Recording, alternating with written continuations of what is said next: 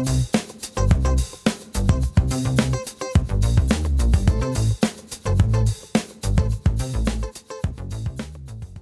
sejam muito bem-vindos a mais um vídeo do canal da Oficina Criativa de Arte de Papelão. E hoje trouxemos para você uma reciclagem muito legal, feito com madeira. Você que tem madeira aí jogada no seu quintal, não jogue fora. Olha só o que fizemos e a lindeza que ficou essa escadinha para vocês aí que trabalham com evento, decoração, até mesmo colocar no cantinho da sua casa e fica muito bonito. Vou pedir para a câmera aproximar mais perto para vocês verem como que ficou. E olha só como que ficou essa escadinha.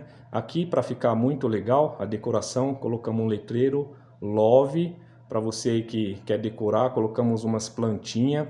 Essas plantinhas que você está vendo em cima, colocamos um vasinho e uma suculenta na parte de cima, na parte do meio.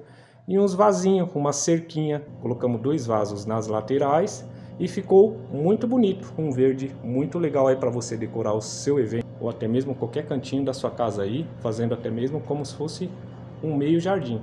Essa escadinha também seria muito bacana para você que está querendo aí fazer como, por exemplo, uma entrada para uma sessão de fotos, colocar lembrancinhas personalizadas na hora que seus convidados estiverem entrando e visualizar, vai ficar muito bacana e muito bonito também. Legal? Então recicle, não jogue fora as suas madeiras, porque através das suas madeiras que estiver jogada lá no cantinho, vai sair uma grande decoração muito bonita, ok? E daqui a pouco você vai aprender o passo a passo na videoaula comigo.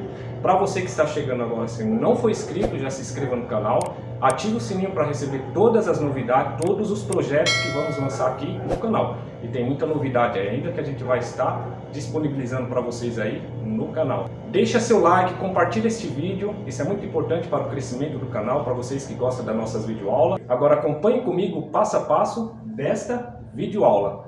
Fique com Deus, um grande abraço e até a próxima.